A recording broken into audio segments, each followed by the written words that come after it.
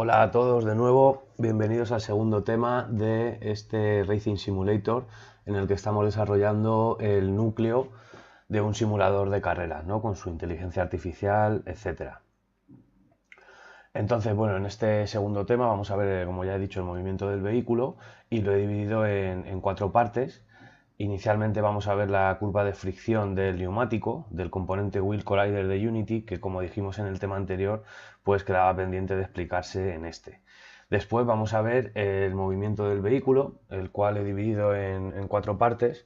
Una en la que vamos a ver el propio script car, ¿no? Que es el movimiento del coche, en el que vamos a simular lo que es un vehículo.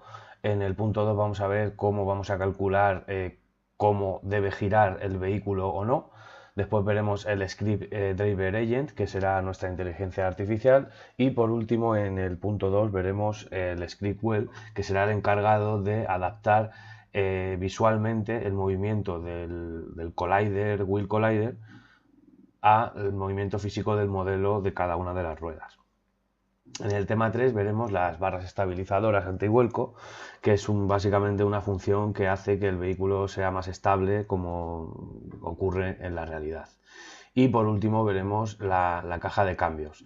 Es una caja de cambios que está en un punto intermedio entre la simulación y el arcade y más que nada se implementa para que tenga cierto realismo y podamos extraer los datos de las revoluciones por minuto y de la marcha actual de este interface.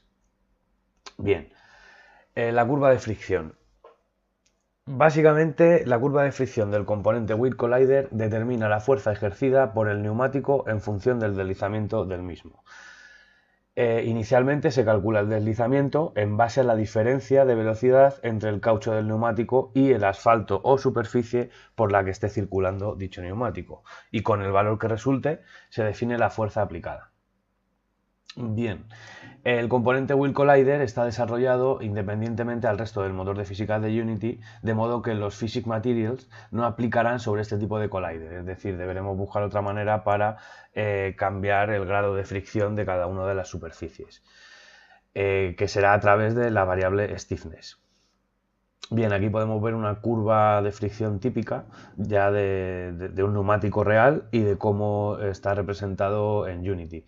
Inicialmente puede parecer un poco confuso porque como podemos ver a la derecha de la imagen, en forward friction y en sideway friction, en realidad lo que está representando son las coordenadas X e Y de los puntos de extremo y asintóticos, ¿no?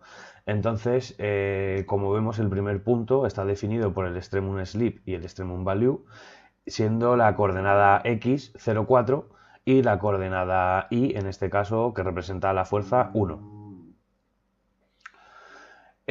Bien, del mismo modo, el punto asintótico se calcula, 0,8 representa la coordenada X para el deslizamiento y 0,5 representa la coordenada Y para la fuerza.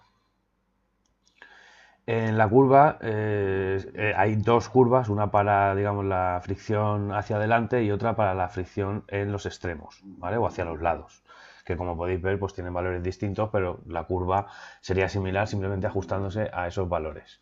Aquí en esta curva he representado una parte en verde, otra en amarillo y otra en rojo, y esto gráficamente indica muy bien que estemos donde estemos en la línea verde, nuestras ruedas van a traccionar 100%, es decir, vamos a obtener prácticamente toda la tracción que pueda proporcionar el vehículo contra el asfalto.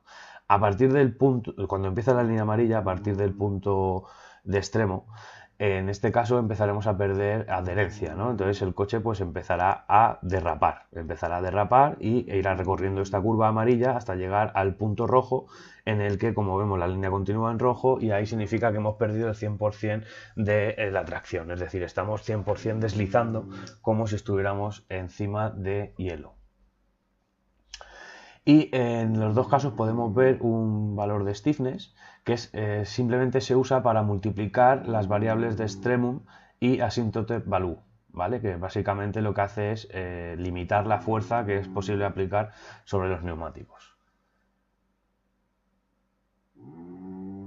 En esta diapositiva puede verse todo mucho mejor, y es que a través de la variable stiffness podemos simular distintos factores de rozamiento, por lo que es adecuado usarla para crear los distintos tipos de superficies por los que puede circular el vehículo.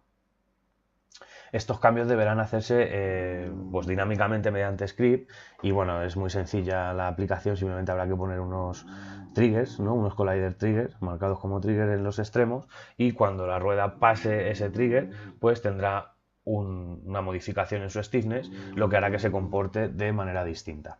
Aquí podéis ver en la gráfica que hay 4 curvas, y cada una de las 4 curvas lo que tiene es un modificador de stiffness, ¿vale? Entonces, por un lado tenemos el factor que determinará ese deslizamiento, y por otro tenemos el stiffness multiplier, que será digamos, el stiffness por defecto de nuestro vehículo. Inicialmente podríamos pensar en dejar esto en 1 siempre y alterar simplemente el factor en función de si queremos un asfalto seco, nevado, mojado o helado.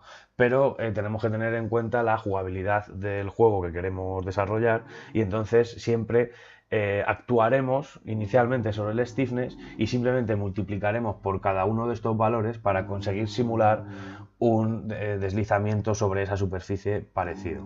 Aquí podemos ver, por ejemplo, que en el asfalto helado vemos que es prácticamente plana la curva, con lo cual el deslizamiento se produciría prácticamente con cualquier aceleración, y según vamos subiendo pues llegamos hasta la curva verde, que simularía el asfalto, en la cual la fricción sería del 100%, es decir, traccionaríamos la rueda perfectamente.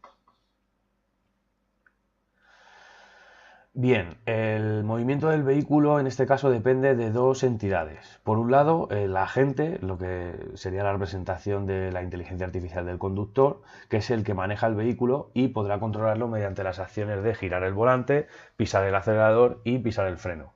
Por lo tanto, esta entidad tendrá que conocer en todo momento a qué dirección debe dirigirse y cuándo debe o no frenar o acelerar.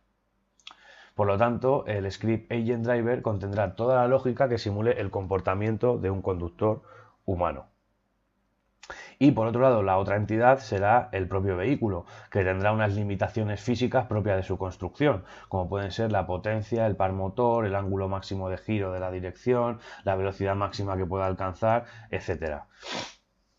Los scripts Car y Wheel definirán las características físicas del vehículo. Como podemos ver aquí en el diagrama que vimos en el tema 1, de todas las entidades que estaban involucradas en nuestro sistema, pues en este caso, en este tema vamos a ver el agente parcialmente y el vehículo totalmente. Bien, el script car. Antes de empezar a programar el propio vehículo, deberíamos conocer un poco cómo funciona un motor real. Bien, las principales características de un motor real de un vehículo son el torque y la potencia. En el caso del torque también es conocido como par motor, y es la fuerza que transmite el motor sobre el eje de la transmisión. Se mide en newtons metro. El torque máximo es la mayor cantidad de fuerza que el motor puede transmitir al eje, y está directamente relacionado con las revoluciones por minuto a las que puede funcionar el motor. Por otro lado, la potencia indica la rapidez con la que puede trabajar el motor. Se mide en vatios o caballos de potencia, y es el resultado de multiplicar el torque del motor por la velocidad angular en revoluciones por minuto en un instante concreto del funcionamiento del motor. Para nosotros simular estas curvas, Unity nos provee de la variable Animation Curve, que permite justamente crear esto, una curva de interpolación entre dos variables, con lo cual vamos a tener un montón de valores entre medias, que serán los que usaremos para crear las revoluciones y la velocidad a la que irá, o mejor dicho, el torque que empujará a nuestro vehículo. Como podemos ver aquí, buscar la curva de torque de un vehículo es muy fácil, es una característica que siempre proporcionan los fabricantes o que los aficionados del motor y de la mecánica pues siempre tienen en cuenta.